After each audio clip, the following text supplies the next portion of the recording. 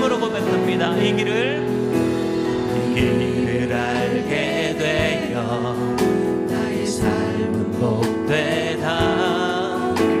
내 육신의 연약함 깨달을 수 있기에 담을 수 없는 큰 사랑 담아볼 수 있기에 나의 삶은 참으로 복되다. 이 길을 알게 되어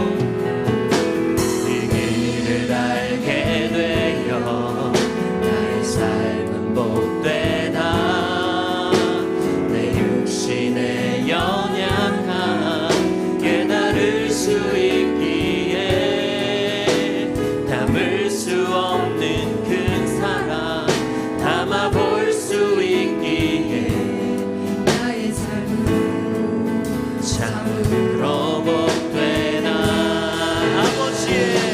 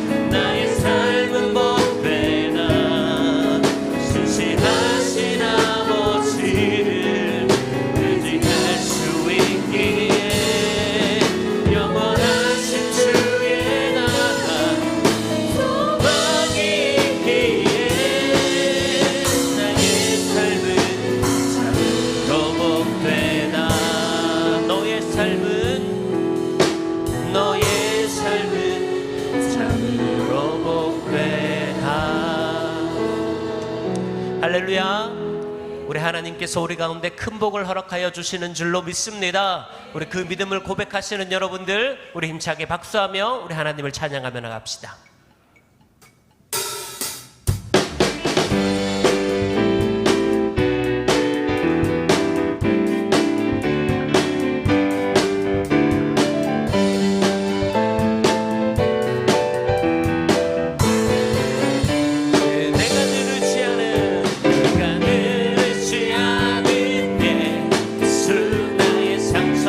심령을 불쌍하게 여기사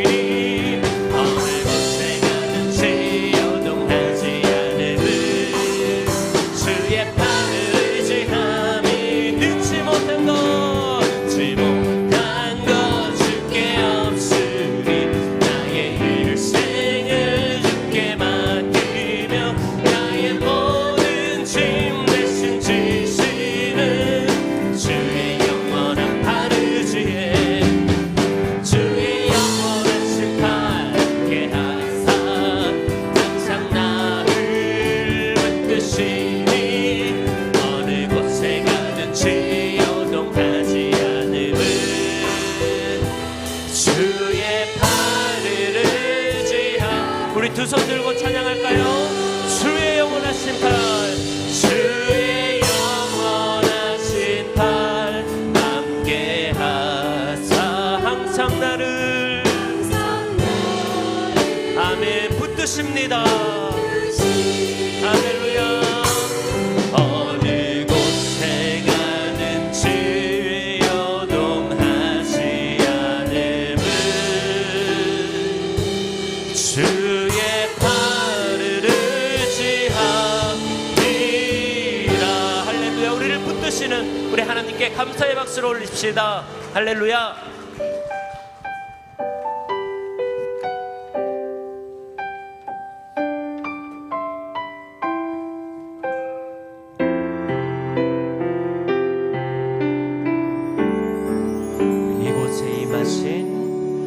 이곳에 임하신 하나님 나라 가난한 마음으로 바라보리라.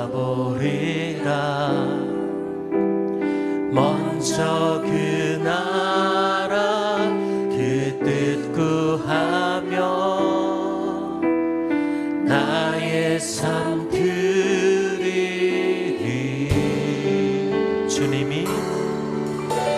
주님이 맡기신 하나님 나라 믿음의 눈으로 바라보리라.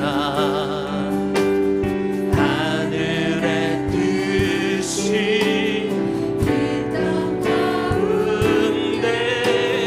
완성될 그날까지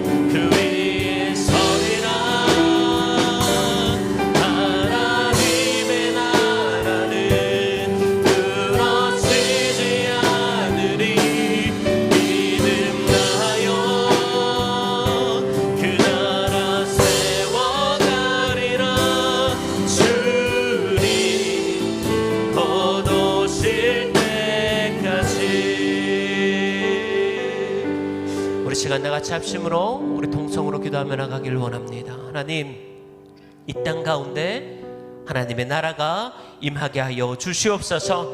하나님의 나라는 무너지지 않는 줄로 믿습니다. 우리가 믿음 다하여 그 나라를 세워가는 우리 성민의 모든 권속들 될 수 있도록 은혜를 허락하여 주시옵소서.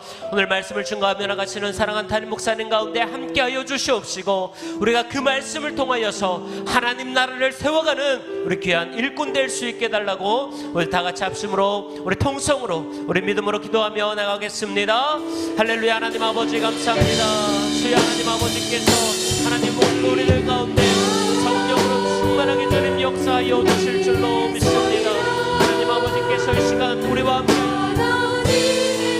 하나님 아버지의 놀라우신 은혜가 이 시간 우리 가운데 흘러넘치게 주님 인도하여 주시옵소서. 주여 하나님 아버지 이 시간 하나님 아버지 말씀 증거하며 나가시는 목사님 가운데 함께하여 주시고 하나님 그 말씀을 통해 우리가 은혜 받는 하나님 귀한 시간 될 수 있도록 주여 인도하여 주시옵소서. 하나님 아버지 감사합니다. 우리의 삶 가운데 함께하여 주시옵소서. 하나님 아버지 말씀을 통해 우리가 은혜 받게 하여 주시옵소서. 말씀 가운데 하나님 나라를 발견하게 하여 주시고 말씀을 통해 살아갈 수 있는 은혜를 우리들 가운데 허락하여 주시옵소서. 하나님 감사합니다. 주님께서 불러주신 이 귀한 자리에 저희들 모였습니다. 하나님 은혜로 이 시간 우리의 기도를 들어주시고 우리에게 말씀으로 하나님 은혜를 채워주시옵소서. 예수님 이름으로 기도합니다. 아멘.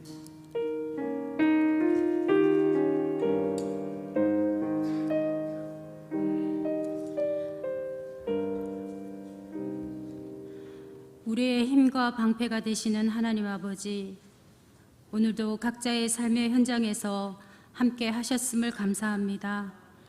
이 시간 사모하는 마음으로 예배의 자리로 나왔사오니 각자의 심령 가운데 큰 은혜를 주옵소서. 주님, 우리들은 허물이 참 많습니다.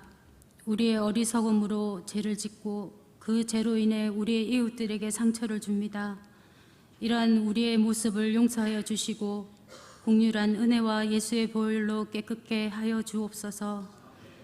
이 시간에도 심신의 병마와 씨름하는 주의 사랑하는 자녀들에게 치유의 손길을 허락하시어 속히 건강을 회복해 하시고 주님의 평안과 위로함이 더 강건한 믿음으로 설 수 있게 은혜를 주옵소서. 미래의 걱정과 불안 속에서 불면의 시간을 보낼 때도 주님의 사랑과 안위함으로 품어주시어 푸른 초장과 맑은 물가로 늘 인도해 주시기를 간절히 간구합니다. 7월부터 다음 세대의 교회학교와 수련회가 시작됩니다. 준비하는 모든 가정 가운데 지치지 않게 하시고 기쁜 마음으로 다음 세대들을 믿음으로 양육하고 하나님의 자녀로 온전히 세워가는 귀한 교사의 사명을 잘 감당할 수 있게 은혜를 주옵소서. 주님, 청년들을 위해 기도합니다. 젊은 시절 세상과 타협하지 않고 온전히 하나님과 교회를 섬기는 모습이 얼마나 아름다운지요. 하나님, 그 모습을 기억하시어 장래의 소망을 가지고 기도하며 준비하는 학업과 직장에서 기도할 때에 가장 좋은 것으로 응답하여 주시고 그들을 통해 하나님의 아름다운 가정을 이루게 하시고 축복의 통로들이 되게 하옵소서. 이번 주 일본 땅을 밟고 기도와 찬양으로 나아가는 홀리네이션 찬양팀의 오고 가는 항공편과 일정 가운데 함께 하시어 믿음, 소망, 사랑을 품고 하나님의 이름이 그 땅에 선포될 때에 악의 영이 물러가게 하시고 하나님의 영광이 임하는 현장이 되어 하나님의 살아계심을 경험케 하옵소서. 이 시간 말씀을 전하시기 위해 단위에 서시는 목사님을 붙들어 주시고 하나님의 말씀이 선포될 때에 하나님의 뜻이 나타나게 하시며 우리 모두 아멘으로 응답케 하시고 하나님의 말씀이 우리 마음밭에 심겨질 때에 그 말씀이 잘 자라 하나님의 영광이 되게 하시며 세상으로 나아가서 우리의 사업장과 일터 가정 가운데 빛과 소금의 역할을 잘 감당할 수 있는 주님의 자녀로 살아가게 하옵소서. 부산에는 성민교회가 있습니다. 하나님, 우리 교회를 하나님의 핏값으로 이 땅에 세워주셨사오니 주신 주님의 사명을 잘 감당하는 교회 되게 하시고 하나님이 즐겨 쓰시며 이 땅을 치유하고 영혼을 살리는 귀한 성민수 공동체가 되게 하옵소서. 우리를 구원하신 예수님의 이름으로 기도합니다. 아멘.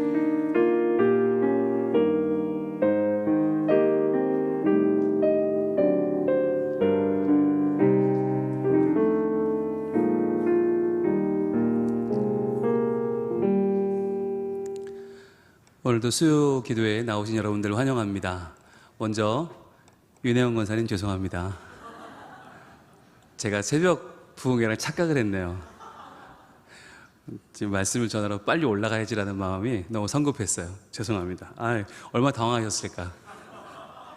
하나님도 당황하셨을 것 같아요. 기도자가 바뀌었네. 네, 오늘도 우리 다음 세대들이 많이 자리를 함께 했는데요. 최연속 보미가 보이고 지금 2층에 2층에 지금 온 것 같은데 잘 안 보여요. 1층에는 보미, 그리고 민서, 예지, 정현이가 오랜만에 휴가 온 거죠. 정현이가 살이 조금 붙어서 왔어요. 예뻐졌어요. 우림이 우주가 왔고 또 오늘 주은이 찬양고 왔고 원준이가 또 오늘 오랜만에 이렇게 왔고요. 정진이도 왔고 뒤에 이삭이 기쁨이도 자리하고 있고 그리고 그렇게군요. 채림이도 보이고 고맙습니다. 감사합니다. 광고를 드리면요, 우리 영화 다윗 신청자가 260명입니다. 그래서 지금 2개관을 열어야 되는 상황이 됐고요. 그만큼 좋은 영화가 맞고요. 여러분들 보는 영화 보신 눈이 정확합니다. 예. 그래서 예상보다 지금 2배 인원이 신청해 주셔서 교회에서 기꺼이 예산을 또 장로님들 기쁜 마음으로 이렇게 또 해주셔서 저희들 볼 수 있게 될 것 같고요. 금요일까지 마감하겠습니다. 주일 지나면 너무 폭발적으로 늘어나면 이게 영화관이 감당이 안 되기 때문에 저희 금요일까지 마감하려고 하니까 혹시 주변에 신청 못하신 분들은 신청을 다 해주시면 금요일까지 마감해서 저희들이 잘 준비해서 이동이나 이런 부분에 차질이 없도록 7월 5일 날 축제가 될 수 있도록 저희들이 잘 준비해 보겠습니다. 너무너무 감사드리고요. 나머지 광고는 주부를 참조하시면 될 것 같고, 오늘도 우리 주변에서 생활 가운데 직장에서 일터에서 또 많이 힘들고 어려운 시간들 보내셨는데요. 오늘 이 시간 말씀으로 다시 한번 하나님의 은혜를 체험하고 삶의 방향을 세워나가는 시간 되기를 축복합니다. 너는 시냇가에 심은 나무라. 축복하겠습니다. 너는 시냇가에, 너는 시냇가에 심은 나무라. 하나님의 사랑 안에, 하나님의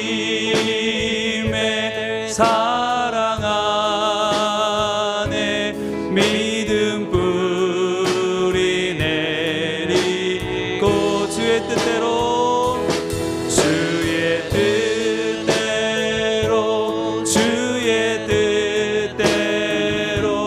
항상 살리라. 박수하겠습니다. 감사합니다.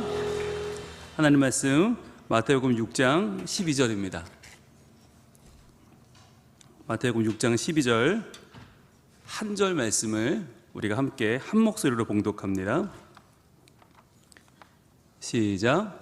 우리가 우리에게 죄 지은 자를 사하여 준 것 같이 우리 죄를 사하여 주시옵고. 아멘. 오늘은 마태복음 강해설교 292번째 시간입니다. 우리 죄를 사하여 주시옵고, 우리 죄를 사하여 주시옵고라는 제목의 8번째 하나님 말씀 증거하겠습니다. 이제 오늘로 이 제목의 설교가 끝나고 이제 다음 시간부터 제목이 바뀝니다. 그러니까 여러분이 오늘 이제 마무리예요. 마무리. 이 말씀에 대해서 우리가 그동안 8번을 들어온 말씀을 오늘 잘 마무리를 하고, 이 말씀이 이제 나에게 습득되는 시간, 이제 이 말씀이 내 안에 자리하는 시간. 말씀을 들었는데 한 8번 들으면 사실 까먹는 게 정상이에요. 그리고 이게 들었다가도 그때는 좋은데 이게 내 안에 쌓이거나 이게 내면화되기 전에 또 다음 말씀이 들어와 버리거든요. 그래서 오늘은 이 그동안 들었던 말씀들을 그야말로 정말 차곡차곡 내 안에 좀 쌓아 보려고 합니다. 그래서 이제 이 말씀이 결코 우리에게 던져주시는 말씀이 아니라 바로 이 시간 나에게, 그리고 내 삶에, 또 나의 일상에, 나의 삶의 하나의 부분으로 들어올 수 있는 시간이 되기를 축복합니다. 먼저 우리 지난 시간 복습하겠는데요. 지난 복습 시간에 지난번주에 다룬 내용을 다뤄보면 후회와 죄책감이라는 2개의 개념을 우리가 공부했는데, 2주에 걸쳐서 후회라고 하는 것은 단순한 감정적인 소비죠. 그리고 죄책감은 내 죄에 대해서 책임을 지려는 감정이다. 이 2개의 무게감은 완전히 다르다고 했어요. 이 2가지를 올바로 이해하게 되면 뭐가 바뀌냐면 하나님의 말씀을 받는 자세가 달라진다라고 했죠. 하나님의 말씀을 받는 자세. 여러분, 이게 인생을 변화시키는데 가장 중요한 포인트입니다. 하나님 말씀을 받을 때 어떻게 받는가 하는 거예요. 여러분, 말씀을 받는 모습이 다 다르거든요.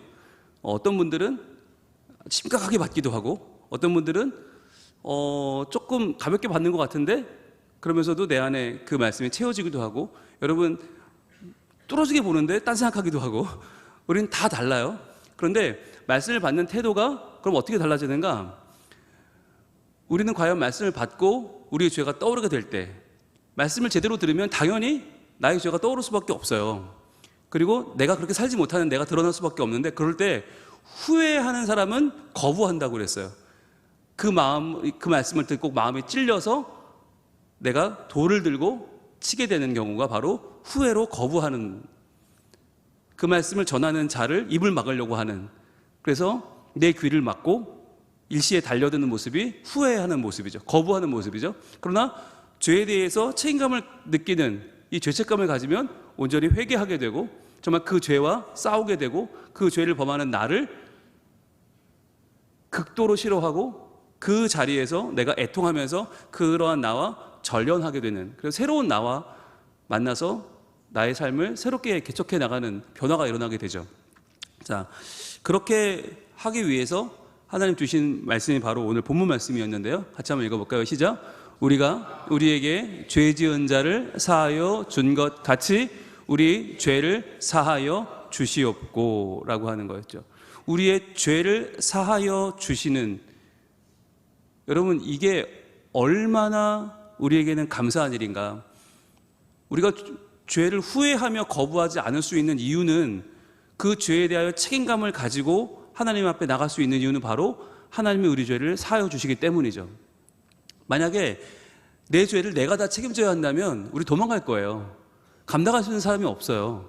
그렇기 때문에 계속 아니라고 하고 부인하고 반항할 수밖에 없지만 하나님이 나의 죄를 사하여 주실 때에만, 그럴 수 있는 하나님을 믿을 때에만 우리는 그 죄에 대해서 내가 인정하고 직시하고 그 죄의 문제를 하나님 앞으로 가지고 나와서 내가 그것을 가지고 씨름할 수 있게 되는 것이죠.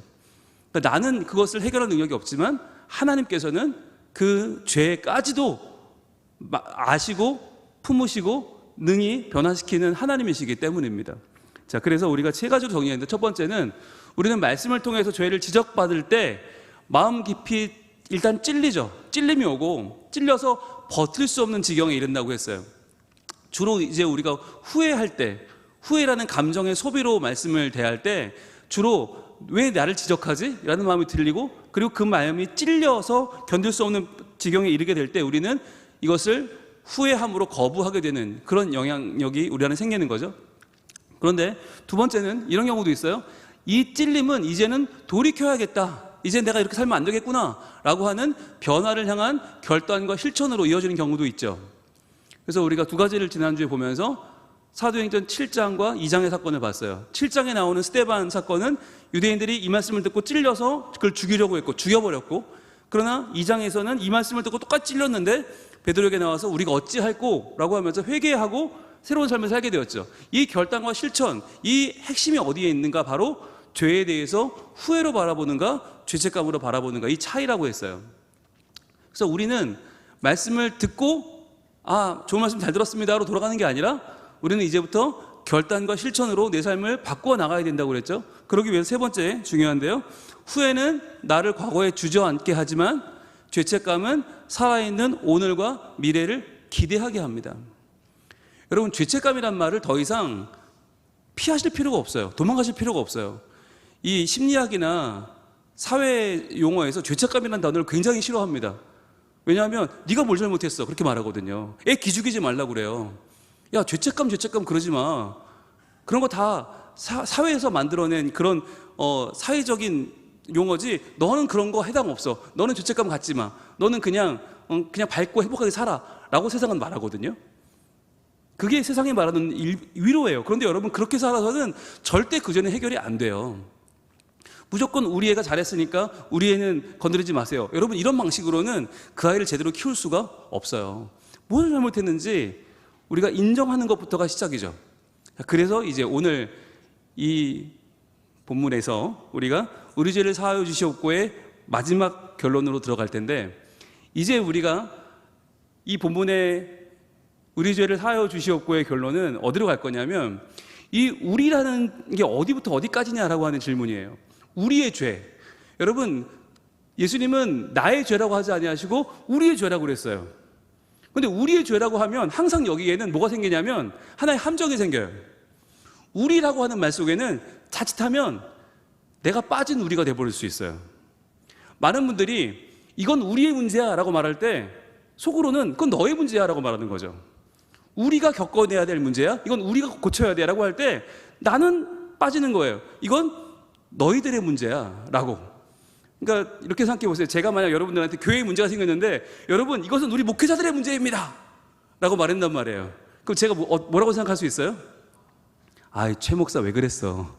아, 이 목사 내가 가만두나 보자 이렇게 마음이 들 수 있단 말이에요. 그러니까 다른 목사는 여기서 최 목사는 두 분이니까 특정하지 않았어요. 이 목사도 두 분이기 때문에 특정하지 않았어요. 어느 목사인지 특정하지 않았죠. 자, 그러니까 제 안에 그런 우리의 문제입니다, 우리 목회자들의 문제입니다라고 하면서 속으로는 에이 좀 잘하지 왜 그랬어 이런 마음을 가질 수가 있잖아요. 마찬가지로 이건 우리 한국교회 문제입니다, 여러분 한국교회에 기도합시다. 그리고 막 정말 성토를 하는데 보면 우리 교회는 아니고 우리는 괜찮고 그런데 남들이 이렇게 문제를 갖고 있네요 라고 우리가 말할 수가 있어요. 그러니까 흔히 말해서 우리 교회는 왜 이렇게 사랑이 없는 겁니까? 라고 말할 때 그 마음속에서 나는 빠지는 거죠. 나는 빼고 우리 땡땡님 땡땡님 땡땡땡님 땡땡땡님 그분들은 왜 사랑이 없는 건가요? 라고 하는 그런 성토가 되어버리는 경우가 있단 말이에요. 자, 그래서 오늘 우리는 이 우리의 죄를 사여 주시옵고라고 하는 우리의 범위가 과연 어떻게 정해야 되는가라고 하는 거예요. 이 우리는 과연 얼마나 큰 무리를 말하는 것인가. 여러분 여기서 중요한 거는 우리의 죄를 사여 달라는 기도를 하려면 가장 먼저 필요한 건 뭐냐면 바로 나예요. 이 우리의 핵심이 나라는 걸 기억을 하셔야 돼요. 그래서 우리가 자신의 죄에 대해서, 바로 나의 죄에 대해서 거룩한 죄책감을 가지는 것, 그래서 그 죄책감을 가지고 회개의 자리로 나가는 것이 가장 중요하다.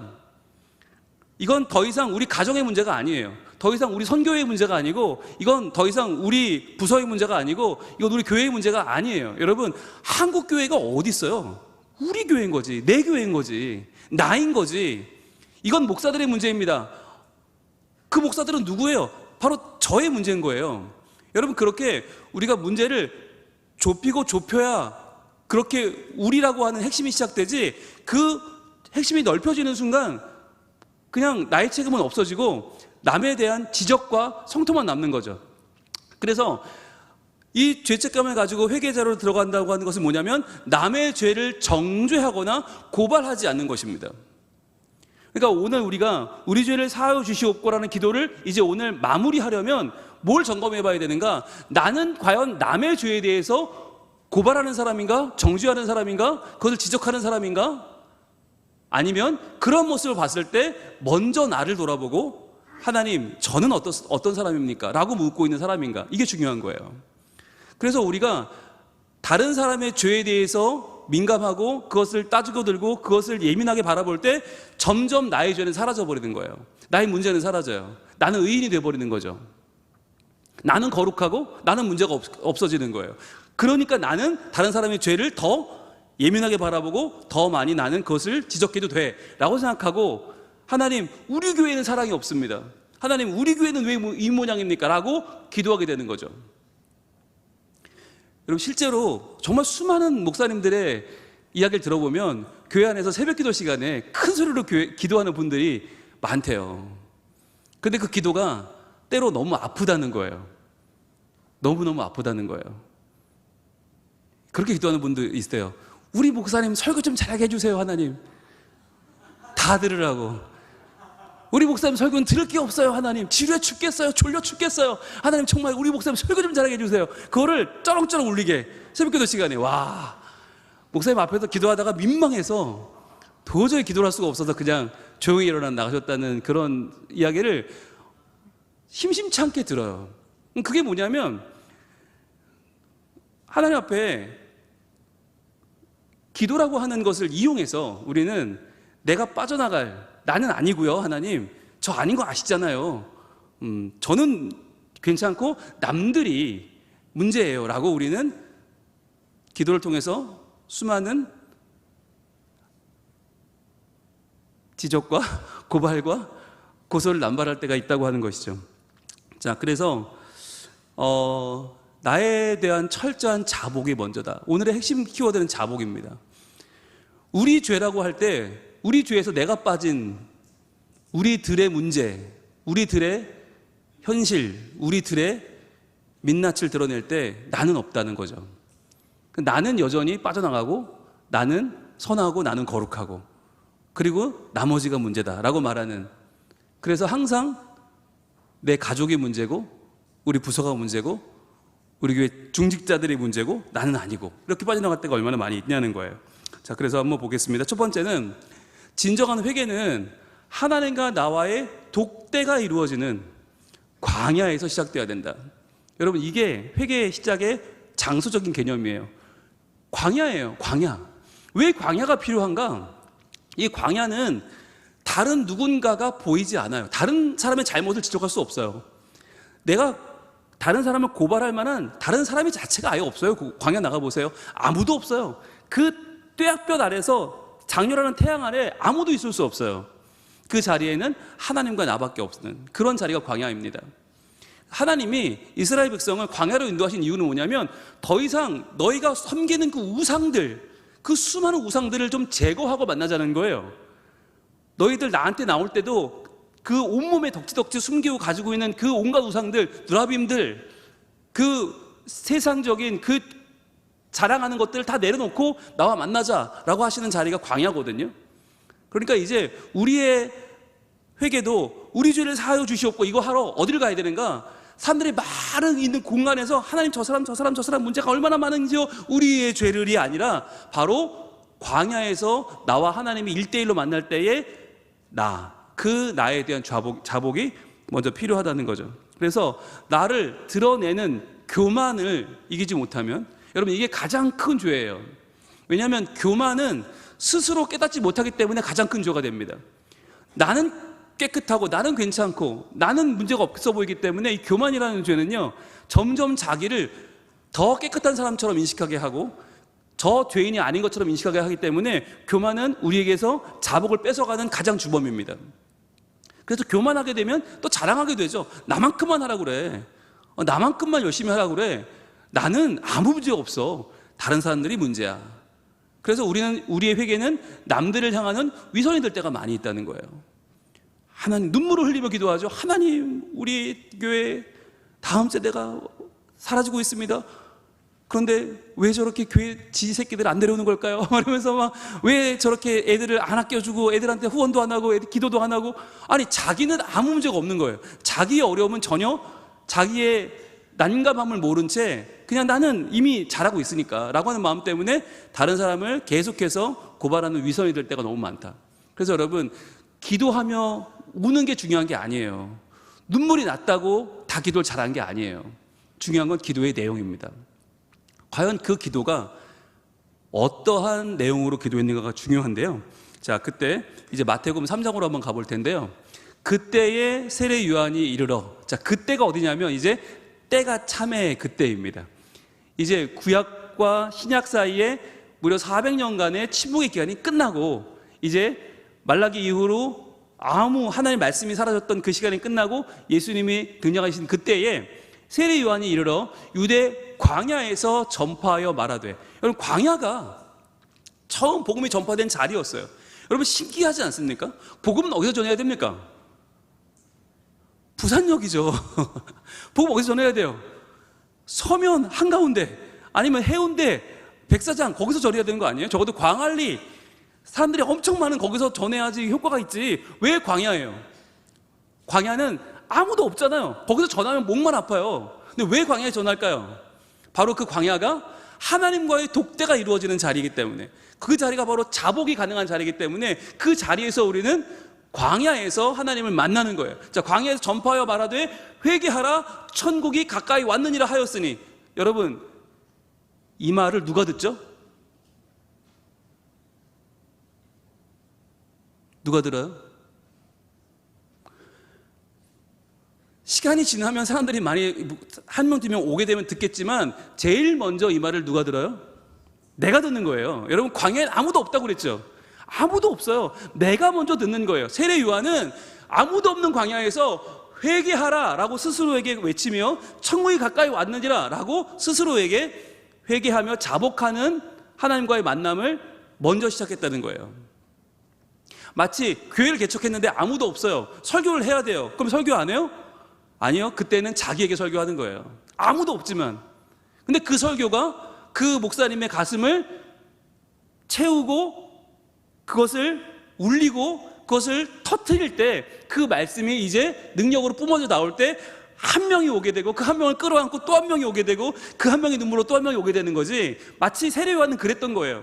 교회를 개척하는 것보다 더 힘들죠. 교회를 개척하는데 장소가 안 좋아, 몫이 안 좋아. 안 좋은 정도가 아니라 아무도 오기 싫어하는 광야야. 여러분, 그러면 누가 오겠습니까?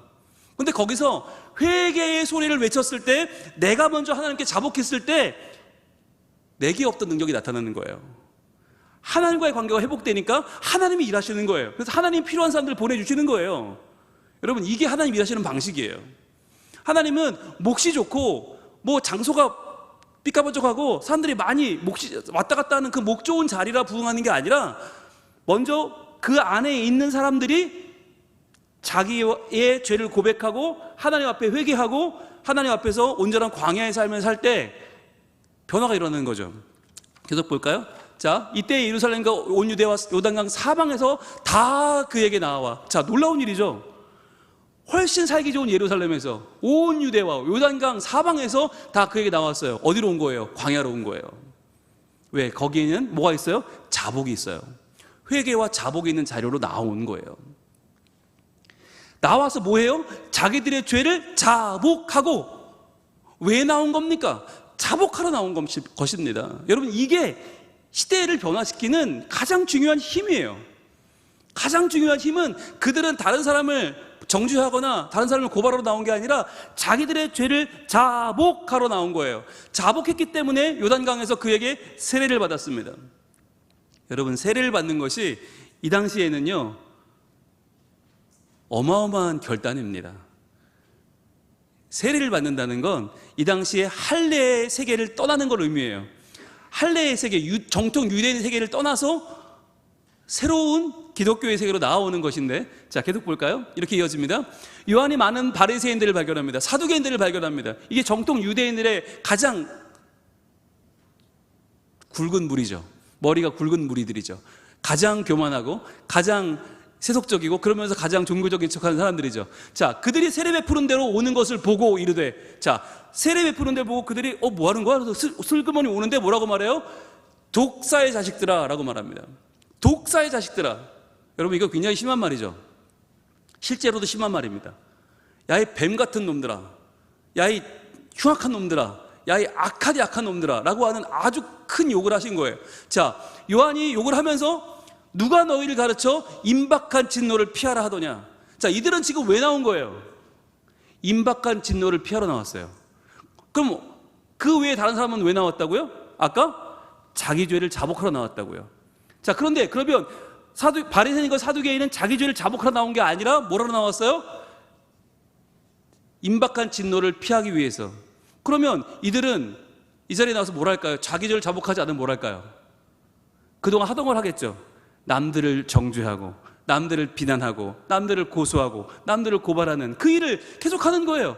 그러니까 그러한 사람들은 임박한 진노를 피할 수 없는 것이죠. 그래서 임박한 진노를 피하기 위해서 세례라도 받아볼까? 내가 세례 받으면 이 진노를 피할 수 있을까? 그랬더니 그게 아니라고. 너희들이 하고 있는 그 정죄와 고발을 멈추지 않으면, 하나님께 자복함으로 나오지 않으면 너희는 아무 변화가 없을 거라고 독사의 자식들이라고 말하죠. 그러면서 말하는 게, 그러므로 회개에 합당한 열매를 맺고예요. 여러분, 이게 아주 중요한 단어입니다. 회개에 합당한 열매는 무엇입니까? 바리새인이 자기 일 더 열심히 하는 겁니까? 사두개인이 더 열심히 사두개인 역할을 하는 겁니까? 아닙니다. 회개에 합당한 열매가 뭐예요? 이게 바로 자복이에요.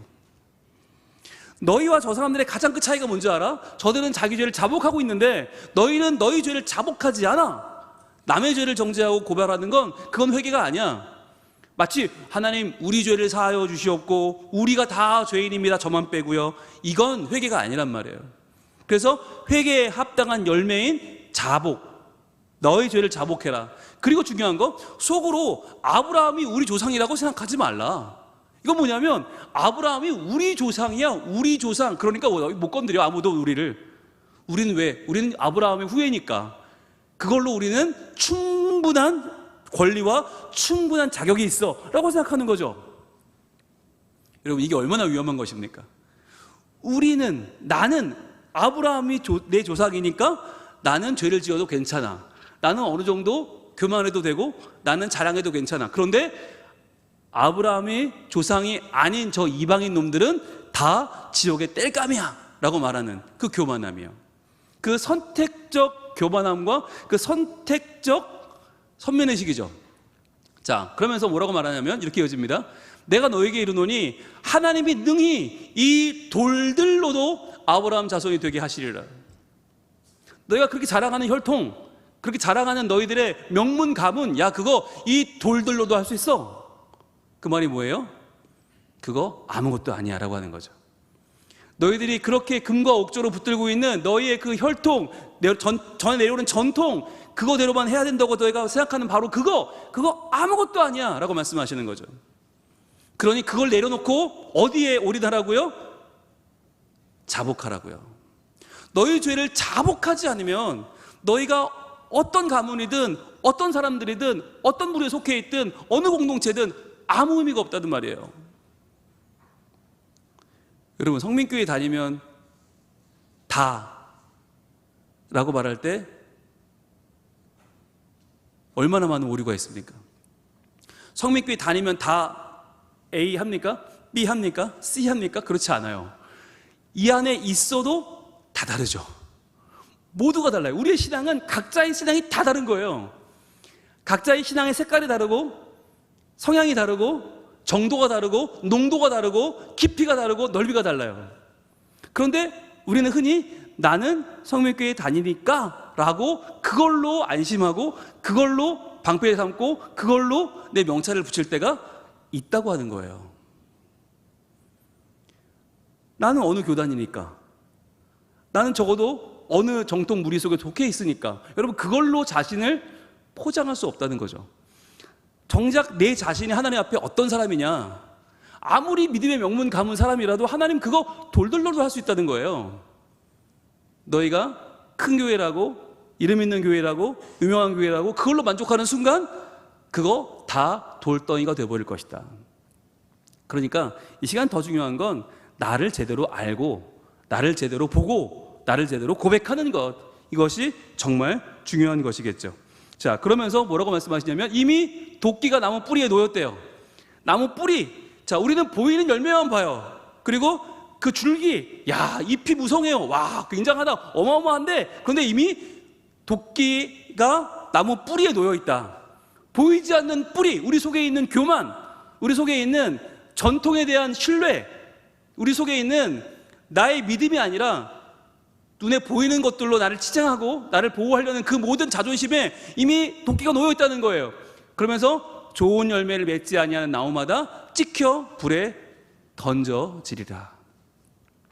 여기서 말하는 좋은 열매는 뭐라고 추정해 볼 수 있어요? 자복입니다. 회개에 합당한 열매, 아까 나왔죠, 열매, 그 열매, 회개에 합당한 열매, 자복하지 않으면 우리 누가 되는 거예요? 독사의 자식들이 되는 거예요. 그러니까 입으로는 뭔가 이렇게 현란해요. 뭔가 잘하는 것 같아요. 뭔가 이렇게 말을 들어보면 뭔가 있는 것 같아요. 그런데 실제로는 없어. 뭐가 없는 거예요? 자복이 없어요. 나의 죄한 자복이 없는 순간 우리는 독사의 자식이요, 회개에 합당한 열매가 없는 사람들이요, 좋은 열매가 없는 사람들이죠. 그런 나무들마다 불에 던져지느니라.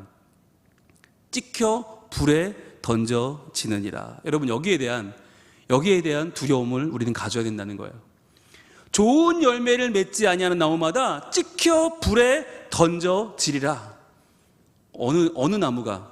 자복하지 않는 나무가.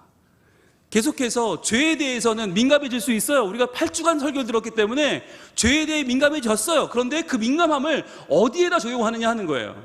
그 민감함을 가지고 내 남편을 저격하고 내 아내를 공격하고 우리 아이들은 왜 이런 모양으로 할 수 있어요. 우리 주변 사람들을 향해서 그 죄의 모습들을 찾아낼 수 있어요. 우리는 능히. 그러나 여러분, 그게 중요한 게 아니라 정말 중요한 것은 불에 던져질까 두려운 나, 바로 독사의 자식의 삶을 살고 있는 나 자신을 돌아봐야 한다고 하는 것입니다. 자, 두 번째는 이것인데요. 자, 문제가 커지고 상황이 악화되는 경우들이 있습니다. 이런 경우 너무 많죠.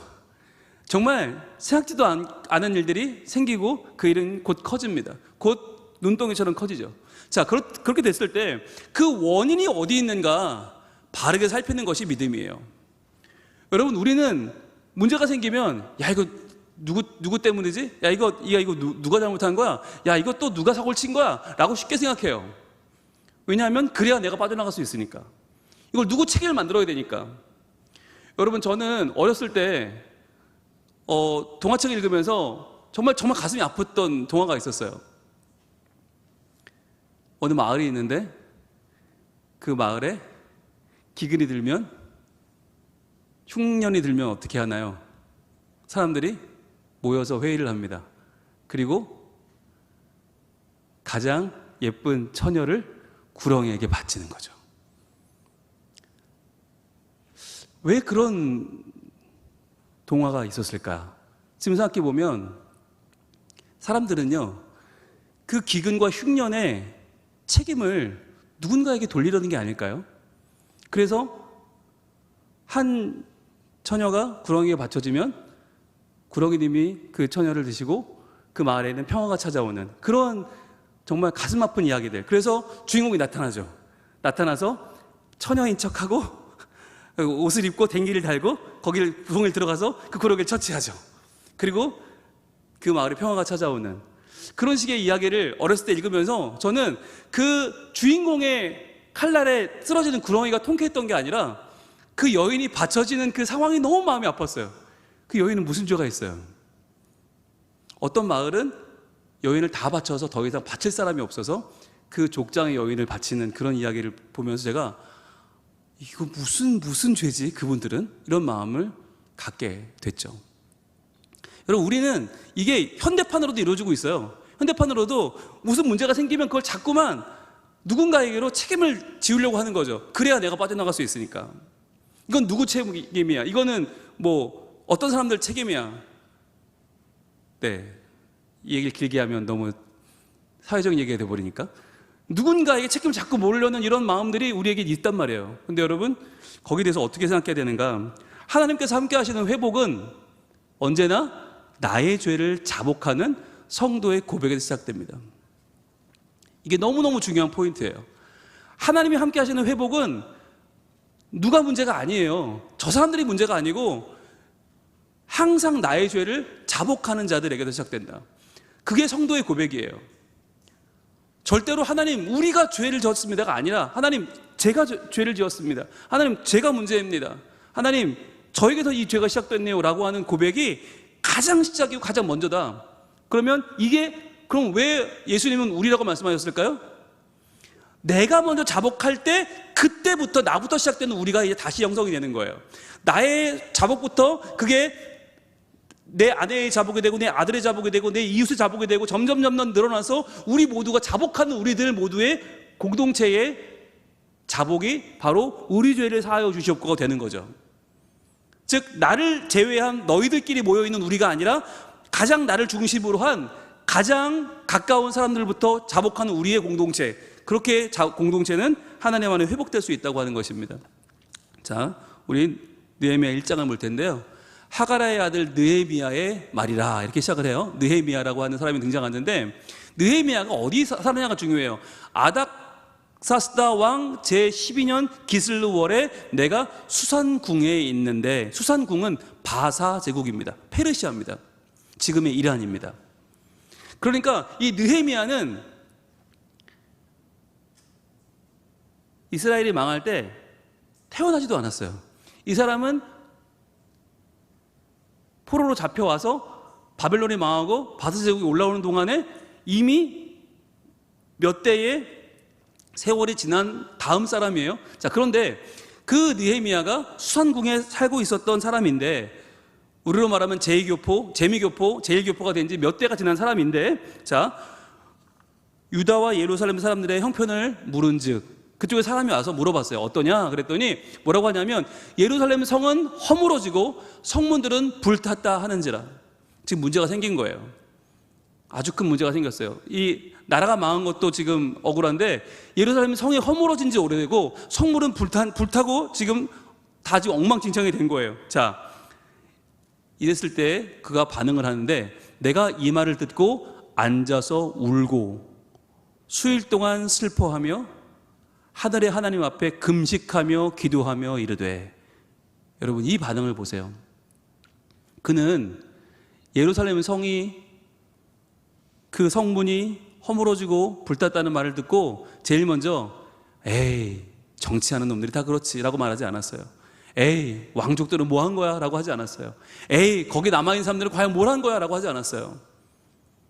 그는 가장 먼저 울고 슬퍼하며 하나님 앞에 나가서 금식하고 기도합니다. 그러면서 뭐라고 하냐면 하늘의 하나님 여호와, 크고 두려우신 하나님이여 라고 기도해요. 크고 두려우신 하나님이 뭐냐면 바로 죄를 보시고 죄를 갚으시는 하나님이에요. 죄에 대하여 눈 감고 지나가는 하나님이 아니라 그거를 일일이 다 지적하고 그 죄를 물으시는 하나님이요, 주를 사랑하고 주의 계명을 지키는 자에게 언약을 지키시며 긍휼을 베푸시는 주여 간구하나이다. 하나님은 모든 죄를 물으시지만 그러나 그 죄에 대해서 용서를 구하는 자에게는 용서하신다는 언약을 지키시는 분이시죠. 하나님 그렇게 긍휼이 많으신 분이시지요. 주여 간구합니다 라고 하면서 본격적인 기도를 이렇게 시작합니다. 이제 종이 주의 종들인 이스라엘 자손을 위하여 주야로 기도하오며. 주야로, 이 기도는 한 번 하고 마는 기도가 아니라 밤과 낮으로, 다시 밤과 낮으로, 다시 밤과 낮으로 계속 기도하는데 뭘 기도합니까? 우리 이스라엘 자손이 주께 범죄한 죄들을 자복하오니. 그가, 느헤미야가, 우린 생각할 때 뭐 성벽을 짓고 그가 어마어마한 일을 해낸 것만 기억하지만 아니요, 그의 모든 사역의 시작이 어디 있었나? 바로 자복에 있었어요. 우리 이스라엘 자손이 주께 범죄한 죄들을, 여기에는 자기도 들어가요. 저까지 포함된 우리 이스라엘 자손들은 죄를 지었습니다. 하나님 용서해 주세요라고 자복하는데 그 제목이 얼마나 구체적이냐면 주는 귀를 기울이시며 눈을 여시사 종의 기도를 들으시옵소서. 그 다음에 나부터 시작되죠. 느헤미야, 나와 그 다음에 내 아버지의 집이 범죄하여. 이건 우리 지파입니다. 나부터 시작해서 우리 지파가 범죄를 하였습니다. 그래서 주를 향하여 크게 악을 행하여 라고 고백하는 거죠. 여러분, 이게 기도의 시작이에요. 이게 회개의 시작이에요. 나부터 자복하고 내 아버지의 집으로 가고 그 다음에 이스라엘 자손으로 가는 거죠. 그러니까 이스라엘 자손의 추상적인 회개가 아니라 나의 회개고 내 아버지의 집의 회개고, 그리고 우리가 어떻게 해요? 크게 악을 행했어요. 그냥 나는 조그만 죄를 지었고 저 사람들이 많은 죄를 지은 게 아니라 내가 크게 악을 행했고 내 아버지의 집이 크게 악을 행했단 말이에요. 이걸 자복하는 기도를 언제요? 주야로 드렸다는 거예요. 자, 그러면서 주께서 주의 종 모세에게 명령하신 계명과 율례와 규례를 지키지 아니하였나이다. 누가요? 제가요. 누가요? 우리 아버지의 집이요. 누가요? 우리 민족이요. 자, 그렇게 지키지 아니하였나이다. 주여 구하오니 귀를 기울이사 종의 기도와 주의 이름을 경외하기를 기뻐하는 종들의 기도를 들으시고. 자, 이 종의 기도는 누구예요? 느헤미야의 자복이죠. 이게 시작이 됐고 그 다음에 나를 포함한 이제 내 주변에 있는 사람들, 주의 이름을 경외하기를 기뻐하는 종들의 기도, 바로 함께 기도하고 있는 자들이죠. 주야로 기도하는 자들의 자복을 들으시고 그 다음에 오늘 종이 형통하여 이 사람 앞에서 은혜를 입게 하옵소서 하였사오니. 자, 여기서 은혜를 입는다는 말은 뭐예요? 내가 잘 되는 일이 아니에요. 여기서 말하는 은혜는 내가 하나님 자복함으로 이 일을 회복하기를 원합니다. 하나님의 일이 쓰임받기 원합니다. 하나님 나를 사용하셔서 이 내 죄를 자복하게 된 이 문제를 해결하는 자가 되게 하여 주시옵소서 라고 기도하는 거죠. 그게 형통이고요, 그게 은혜인 것이죠. 자, 이 사람이 누구냐? 아닥사스다 왕입니다. 그 사람 앞에서 은혜를 입게 하옵소서 하였더니 그때에 내가 왕의 술관원이 되었느니라. 왕의 술관원이 누구예요? 바로 최측근에서 모시는 비서실장입니다. 비서실장. 지난번에 우리가 소개했던 오바댜가 아합 왕의 총리 대신이었다면 그 왕국 맡은 자가 총리 대신이라면 술관원은 비서실장이에요. 먼저 술을 맛보고 괜찮으면 드리는, 항상 기밀을 해드리는 분이 바로 가장 최측근의 비서실장. 그러면서 느헤미야가 왕의 총애를 사서 그에게 부탁을 드리죠. 저거 성벽 재건하고 오면 안 될까요? 갔다 와. 모든 재물을 받아서, 물품 받아서 들고 가서 고치죠. 그 일이 이제 느헤미야 서의 전체의 내용이 됩니다. 여러분, 여기서 우리가 이 위대한 성벽 재건의 시작이 어디 있는가를 볼 필요가 있어요. 그게 바로 자복이다. 나와 내 아버지의 집, 그리고 종과 내 주변 사람들부터 시작된 이 나부터 우리로 향하는 이 거대한 자복의 분위기, 그 물결이 바로 하나님의 일을 가능하게 한 것이죠. 결론입니다. 나의 죄를 사하여 주시기를 간구하는 기도는, 자, 우리의 기도였잖아요. 근데 우리의 기도가 나의 기도로 먼저 다시 좁혀지고요. 그 다음에 이 기도는 개인의 구원을 넘어서 공동체의 회복을 완성하게 되죠. 그래서 다시 우리 죄를 사하여 주시옵고가 되는 거죠. 여러분, 우리의 죄는 반드시 자복할 때에 해결됩니다. 나는 빼고요, 다른 사람들이 잘못해서요 라고 하면 영원히 그 문제 해결되지 않고요, 나는 어떻게 해요? 더 완악해지고요, 더 교만해지고요, 더 자랑하는 자가 되어서 결국 우리는 독사의 자식이 돼버리고 만다는 거죠. 오늘 하나님께 우리가 나아갈 때, 주님, 믿음 다하여 그 위에 서리라. 믿음 다하여, 주님, 저의 믿음이 하나님 앞에 온전히 서서 저의 죄를 자복하는 자가 되게 하시고, 제가 먼저 하나님 앞에 내 마음을 쏟아놓는 자가 되게 하시고, 내 삶이 먼저 달라져서, 주님, 내 삶이 우리의 연약함을 이겨내는 하나님 나라를 세워가는 자가 되게 하여 주시옵소서. 기도할 때 하나님께서 우리 기도를 들으시고 우리 가운데 하나님 나라를 세우시며 온전히 하나님 앞에 자복하는 자들을 통해서 이제 그 죄를 이기는 백성들, 이제 우리의 죄가 사함받는 거룩한 믿음의 공동체가 될 줄로 믿습니다. 찬양하겠습니다.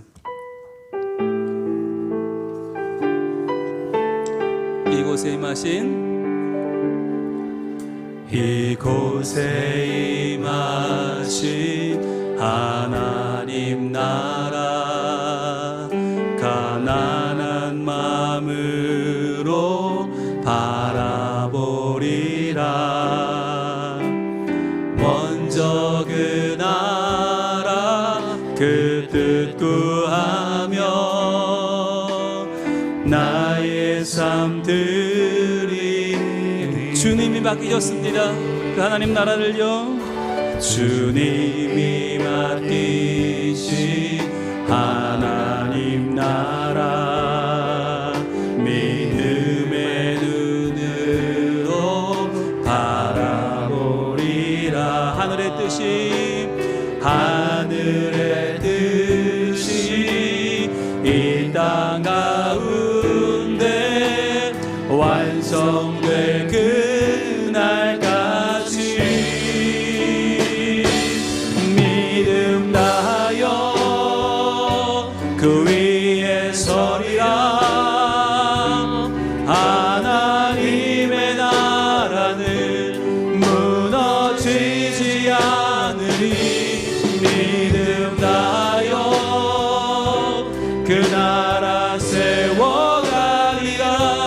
주님 곧 오실 때까지 믿음 다하여, 믿음 다하여 그 위에 서리라. 하나님의 나라는 무너지지 않으리. 믿음 다하여 그 나라 세워가리라. 주님 곧 오실 때까지. 이 시간 기도하겠습니다. 여러분, 믿음 다하여 그 위에 서리라. 믿음 다하여 그 나라 세워가리라. 여기서 믿음은 무엇입니까? 남을 탓하고 우리의 문제를 지적하는 건 믿음이 아니에요. 이 시간 기도할 때, 하나님, 제가 잘못했습니다. 하나님, 제가 명령을 지키지 않았습니다. 하나님, 제가 교만했습니다. 제가 게을렀습니다. 주님, 제가 문제의 핵심입니다. 주님, 제가 온전히 회개하고 자복함으로 새로워져서 우리 가정을 다시 한번 일으키는 하나님의 씨앗이 되게 하여 주시옵소서. 아멘. 주님, 저로 말미암아 우리 교회가 새로워지고, 저로 말미암아 내가 속해 있는 공동체가 더욱더 하나님을 믿음으로 바라보며 하나님 나라를 세워갈 수 있는, 주여, 믿음의 중심이 저로부터 시작되게 하여 주시옵소서. 주여 한번 외치기도 합니다. 주여.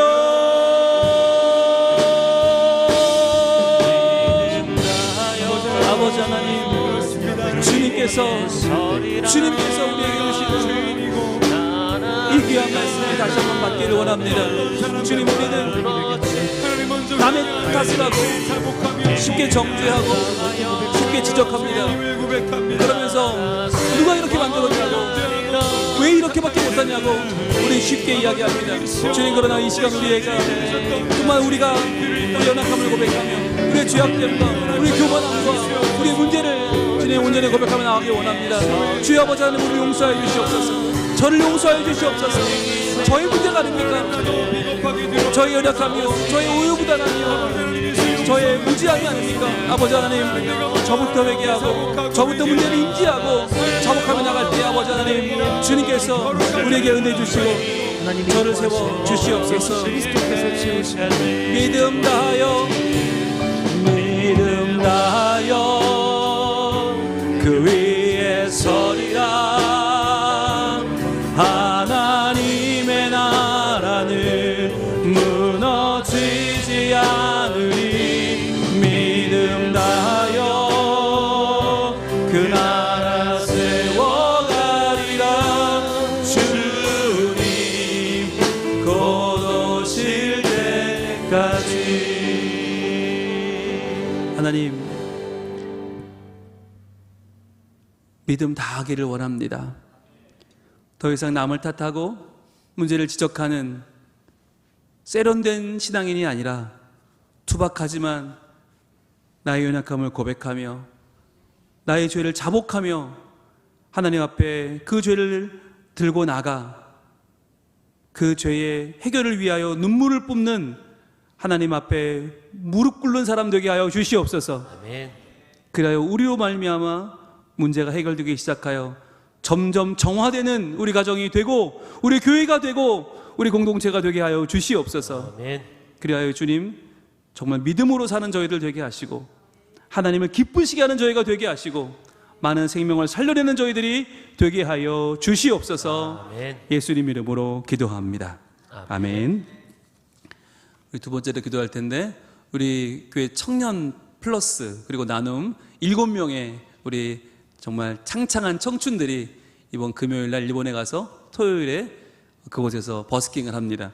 지난번에 우리 함께 나눴던 찬양들을 그 자리에서 부르면서 이 일본 땅에도 하나님이 주인이시고 하나님 살아계시고 하나님의 구원의 역사가 일어나고 있음을 그들이 선포하고 외칠 것입니다. 후쿠오카 텐진 공원에서 그들이 공연하게 될 텐데, 그 찬양으로 정말 그들의 듣는 일본인들 마음 가운데 하나님 말씀이 전해지고 하나님의 마음이, 그 눈물이 전해지고 그들이 마음을 열고 하나님을 믿게 되는, 그래야 주님의 나라가 그 나라에 이루어지는 그 시작점이 될 수 있도록 우리 7명의 청년들, 여러분 이름을 아시는 분이 있으면 불러가면서 우리 공신의 권주은, 박선화, 박진은, 임예섭, 정재엽, 조성호, 여러분 이름을 불러가면서 하나님 그들과 함께하여 주시고 안전히 다녀오게 하시고 어떤 사고도 없게 하시고 주의 이름을 외치는 그들이 이 나라의 믿음의 리더로 더욱 쓰임받게 하여 주시옵소서. 우리에게 다음 세대들이 그것을 본받고 일어나 하나님을 찬양하는 붐이 다시 한번 일어나게 하여 주시옵소서. 네. 주 한번 기도도 합니다.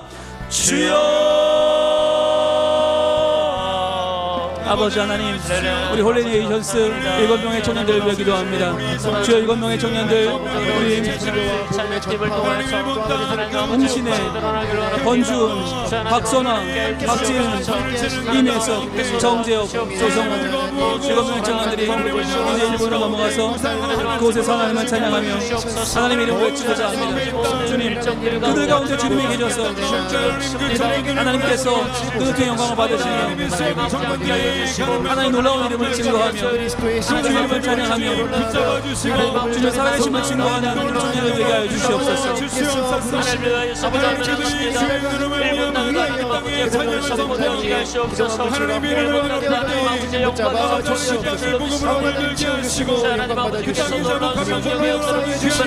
열방의 빛을 부르시고 열방의 빛을 비추시며 하나님의 영광이 드러나게 해주시옵소서. 하나님의 복음이 선포되어지게 해주시옵소서. 하나님 아버지 이를 통해서 불가능이 없음을 다시 한 번 더 깨닫고 하나님 아버지 일본을 향해서 선포되어지는 하나님 아버지의 사랑과 하나님 아버지의 쏟아진 선포가 하나님 아버지의 찬양이 하나님 아버지 그들의 일본들 마음 가운데 하나님 아버지 들게 해주시옵소서. 하나님 그 찬양이 하나님 아버지 그들의 심령 가운데 들려지게 해주시옵소서. 길을 가다가 멈추게 해주시옵소서. 길을 가다가 하나님 아버지의 사랑이 그들 가운데 임하게 해주시옵소서.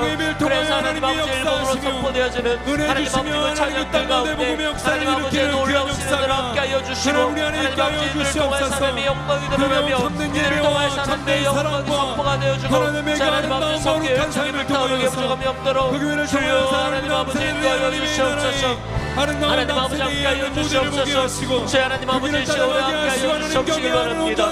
주 하나님 아버지 오늘의 마음과 함께 하여 주시옵시길 원합니다. 하나님 도와주시옵소서. 하나님 함께 하여 주시옵소서. 하나님 아버지께서 눈동자와 같이 지키시고 사랑하시고 보호하시고 하나님 아버지께서 그들과 함께 하여 주셔서 하나님 아버지 그 일을 통해서 하나님의 영광을 올려드리는 하나님 귀한 선포 하나님 아버지 귀한 선포자에게 될 수 있도록 주여 하나님 아버지 은혜를 베풀어 주시옵소서. 하나님의 은혜를 베풀어 주시옵소서. 동행하여 주실 줄 믿습니다. 우리 계속해서 기도하며 나가길 원합니다. 우리 사랑하는 담임 목사님과 우리 모든 부교육자들에게 성령의 충만함과 기도의 능력과 건세를 허락하여 달라고, 또한 이 교회를 이끌어가시기에 부족함이 없는 은혜와 능력을 달라고, 또한 우리 섬겨나가는 우리 모든 봉사자들 가운데 하나님 아버지께서 주시는 힘과 은혜와 능력으로 사명을 잘 감당할 수 있게 달라고, 또한 우리 하나님을 위하여서 기도하겠습니다. 주 하나님 아버지께서 친히 임자해 주시고 예수 그리스도의 보혈로 임자하여 주시옵시사 치유와 회복의 은총이 일어나게 하여 주시옵시고, 우리 모든 한우들이 하나님 아버지 깨끗하게 치료함 받아서 주의 전에 다시 나와 예배할 수 있게 해달라고, 우리 시간 다 같이 이 시간 주의 이름 한번 간절히 부르짖고 우리 통성으로 기도하며 나가겠습니다. 주여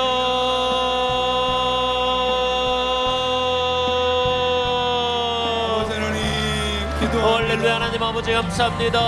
하나님 아버지 사랑하는 목사님 가운데 하나님 아버지 놀라우신 은혜로 베풀어 주시옵소서.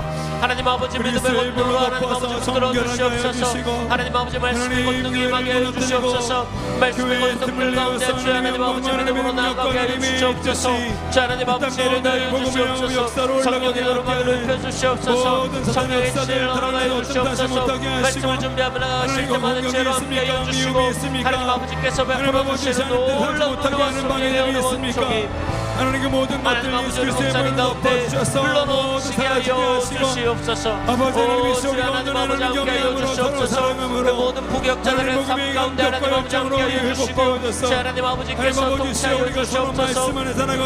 우리 여름 성교학교 다음 세월을 위하여서 준비하며 나갈 때마다 하나님 아버지께서 함께 하여 주시옵소서. 믿음으로 함께 하여 주시옵소서. 하나님 아버지 준비하며 나갈 때마다 청동적으로 없는 은혜를 더하여 주시옵시고 하나님 아버지께서 부어주시는 놀라운 성령의 은총으로 말미암아 주 하나님 아버지 부르신 은혜로 말미암아 하나님 아버지 영광이 임하게 하여 주시옵소서. 다음 세대 부흥이 일어나게 하여 주시옵소서. 다음 세대 하나님 아버지께서 베푸시는 하나님 아버지의 은총이 일어나게 하여 주시옵소서. 주 하나님 아버지 모든 하나님 아버지 봉사자들 가운데 주시옵소서. 하나님 아버지께서 주시는 은혜로 하나님 아버지의 사명을 감당하게 하여 주시옵소서. 주 하나님 아버지 우리 모든 나라들 가운데 하나님 아버지 죄의 강철을 말하여 주시옵소서. 하나님 깨끗하게 치료하여 주시고 하나님 아버지께서 강건함의 어려운 속으로 던집혀 주시옵소서. 우리 하나님 아버지께서 치료하여 주실 줄로 믿습니다. 하나님 아버지께서 도와주실 줄로 믿습니다.